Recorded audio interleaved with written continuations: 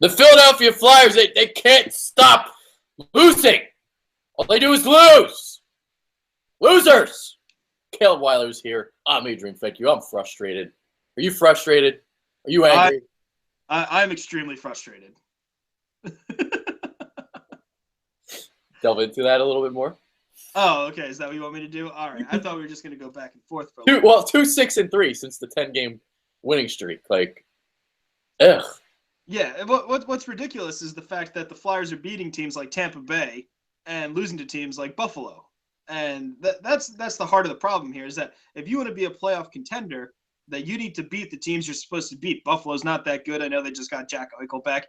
And then they left a point on the table against the Blue Jackets, who are, in their division. They lost in overtime, which is definitely a rough point to give up. You can't really give up those loser points in your own division. So right now it's just really frustrating to see what the Flyers are doing.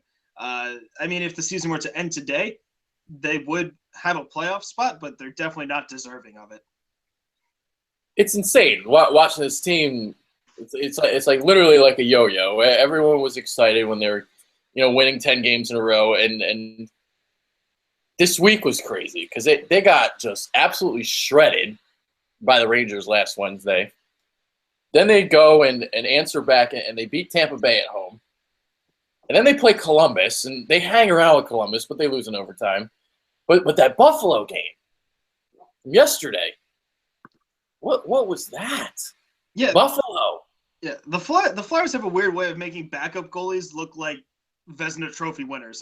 Buffalo! Yeah, Nelson had no idea that he was going to be starting that game. It was supposed to be Leonard, and then he got sick. And so, he just ended up starting that game and just stoned the Flyers until they scored a garbage goal with less than 2 minutes to go on the power play. And, there's no reason why they should not have won that game. They just didn't come out to play that night. And there was absolutely no excuse for that. They should have won that game. Yeah, unfortunately, this just happens too much, because that Tampa Bay game, that was like an impressive performance. You were there. You were in the press box. Talk about that. Yeah, I was there in the press box, and that was an awesome experience. And the way the Flyers played, they scored 4 goals in the second period, and the second period has been their best period all year, and they actually showed it in that game. But only winning 2 games out of your last 11 is not going to cut it if you want to continue to make the playoffs. And we all know the Flyers are kind of a mediocre team at best. I mean, they have some great players with Claude Giroux and Jake Voracek and Wayne Simmons, but in net, when you're going back and forth between Mason and Neuwirth, and your defense is kind of porous at best when Andrew McDonald's on your top pairing, there's a ceiling, and it's really not higher than that wild card 2 or 1 spot. They're going to get better, but at this time, the 10-game streak was looking more like an anomaly than the norm. And just to touch on the press box experience, that was awesome too. Went there and represented a Philly influencer, which was an amazing experience. Got to hang out up there and live tweet the game, which was cool. And just experience the game from a different angle. You don't really experience it as a fan. It's more of as a professional, which was a really cool experience. A little bit different. I had to quietly fist bump when the Flyers scored. But other than that, it was really cool. So that was a really cool experience. And I'll be going again to the game tomorrow night. So make sure you check in and follow us on Twitter to keep up with the updates on that. Yeah. So Adrian Fenke has been benched, ladies and gentlemen. Caleb Weiler getting the start in the Philly Influencer press box. Yeah, I get the start because I tweet about the Mites on Ice updates, and that's what people really want. That's what they want. They want to know who's winning. That was some riveting shit. It was awesome. It was. People wanted to know. Oh, absolutely. Number 10 on the Mites, MVP. Yeah, it was ridiculous. 2 breakaway goals. What a stud. Wow. Sign him up on the team. Seriously. Better than Nick Schultz. I'm better than Nick Schultz. Everybody's better than Nick Schultz. So, okay. So they beat Tampa Bay. That was the game where Michael Neuwirth got the win. So Neuwirth is now back. What are your thoughts on the goalie situation? Because before, obviously you remember you wanted Steve Mason to really take that position and go with it. And now with Neuwirth back, does that kind of put the handcuffs on him again? Well, I still think that Mason is the starter. I don't think it's a 1A, 1B situation anymore. I think Neuwirth had the chance before he got injured to take over that role. and he didn't play well, and then he got injured. And yeah, he won his game when he came back, and Mason's lost both since Neuwirth's been activated off the injured reserve. But I still think that Steve Mason is going to be the goalie that the Flyers run with, for better or for worse. At this point, he did play phenomenally well during that 10-game winning streak. He only had a couple games where he didn't play too well against the Oilers, where he let up 5 goals. And overall, his save percentage during that was, above .920, which is phenomenal. And so, as much as Neuwirth played well against the Lightning, I think that was more of a product of the team in front of him actually showing up to play finally for a game. And so there's something with the Flyers that when Mason starts, they just don't play that great in front of him. So I think the Flyers still ride him, but if Neuwirth gets hot, there's a chance that Mason could ride the pine for a little bit. Yeah, and that's something that's been happening over recent weeks since that winning streak. The defense has really taken a big slide towards the wrong direction. Yeah, it's really frustrating because Andrew McDonald is still seeing top pairing minutes, and he's just not playing well at all. He's turning the puck over. He's just not seeing the ice well. And Ivan Provorov, as a 19-year-old, can only carry him so much. I mean, every time Provorov touches the puck, it's a phenomenal play, whether it's a stick check, a body check, a great pass. He just sees the ice like nobody else. He's always a step or two ahead. And McDonald being 3 or 4 steps behind kind of brings that line down a little bit. So that's really where the Flyers are hurting right now. They don't have that other number 1 defenseman to play alongside Ivan Provorov, who's been stellar all year. There's really nothing I can do to complain about the way he's been playing. So with the defense, I mean, you got plug players like Nick Schultz, and I know Mark Streit's going to come back soon, but they just don't have what it takes right now on the defensive end to just be, if you want to say, a cup contender. I mean, they could make the playoffs by the skin of their teeth, but chances are they're not going to make a run. Well, you know who does have it in him? Wayne Simmons, making the All-Star team. But he's the lone Flyer to make the All-Star team. I think you could definitely make a argument for Jake Voracek, possibly even Claude Giroux. What are your thoughts on the All-Star game? Do you think the Flyers got snubbed by only having Simmons on the team?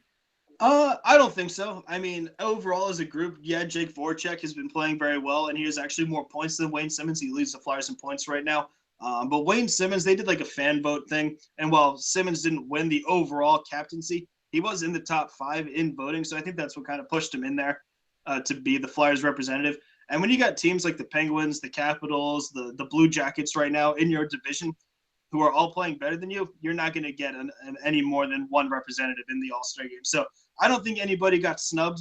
It would have been great to see Voracek in there because he's a beast at 3-on-3 with puck possession. But Wayne Simmons has been playing great this year. He's kind of cooled off a little bit recently, but he's still playing well, playing the penalty kill, and he's definitely deserving of that All-Star spot. Yeah, definitely don't disagree with him being an All-Star. That's for sure. But Voracek, I think maybe get in there, but that's just me, I guess. Okay, moving on. Let's talk about some practice notes today. Travis Konechny on the top line. What are your thoughts on that? I think it's a great move. I wish they would move Voracek up to the top line with Giroux too, because obviously right now spreading the talent around the lineup isn't working out the way Dave Hackstall wants. And driving play with Claude Giroux, Michael Raffl, and Travis Konechny might work. I mean, Michael Raffl is always good on the puck. He's a good puck possession player, similar to Voracek, but not nearly as skilled. So I like the move. I think Travis Konechny has consistently been one of the better Flyers players this year. Yeah, he got benched one game, but he came back and he scored a goal. And he's just been playing well ever since that benching. So maybe to see what he can do on a line with Claude Giroux is definitely going to be helpful. But I don't necessarily like having Raffl on that top line. He's not a top line guy. I don't even know if he's a top 6 guy. He's a great depth forward if you want to put him on your third line. But when your top 6 is consisting of players like Dale Weiss, Matt Reed, and Michael Raffl, you're trying to spread the wealth. I think they should top load that line with players like Konechny and Voracek or Konechny and Simmons and see if they can actually get some goals churning out theirs instead of, moving everybody around the lineup and never giving somebody a place. Remember when Matt Reed had like 86 goals in the first couple games? Yeah. Yeah, that seems like a lifetime ago right now. I don't think he scored a goal in like 50 games. So definitely frustrating. He's still playing well, but he's not finding the back of the net anymore. Yeah. Let's see. And the other note, Shane Goss to spare, taking line shifts with Nick Schultz today is extra. Yeah, Nick Schultz definitely should be the extra, but it's surprising to see Ghost out there. maybe he gets sat, maybe he doesn't. I think maybe the reason that he was taking the extra shifts is they want Straight to kind of get back in the swing of things. They had him taking the line rushes there on the third line with Manning or with McDonald, all of them. He had them in the top 6. So we'll see where that goes. Mark Streit's not going to play tomorrow, so we'll still probably see Gostisbehere. But when Mark Streit actually gets inserted back into the lineup, we'll see what happens with that defensive lineup. Okay. All right. One last question before we get out. What was your favorite part being in the press box? Oh, man. I have to say my favorite part is they give you a place where you can go get a meal. So this necessarily didn't happen in the press box area itself. But I went into the area where all the media meets beforehand and hangs out and eats food before the game. And I walked in and saw Keith Jones, Al Morganti, and Lou Nolan all just like hanging out in the same area.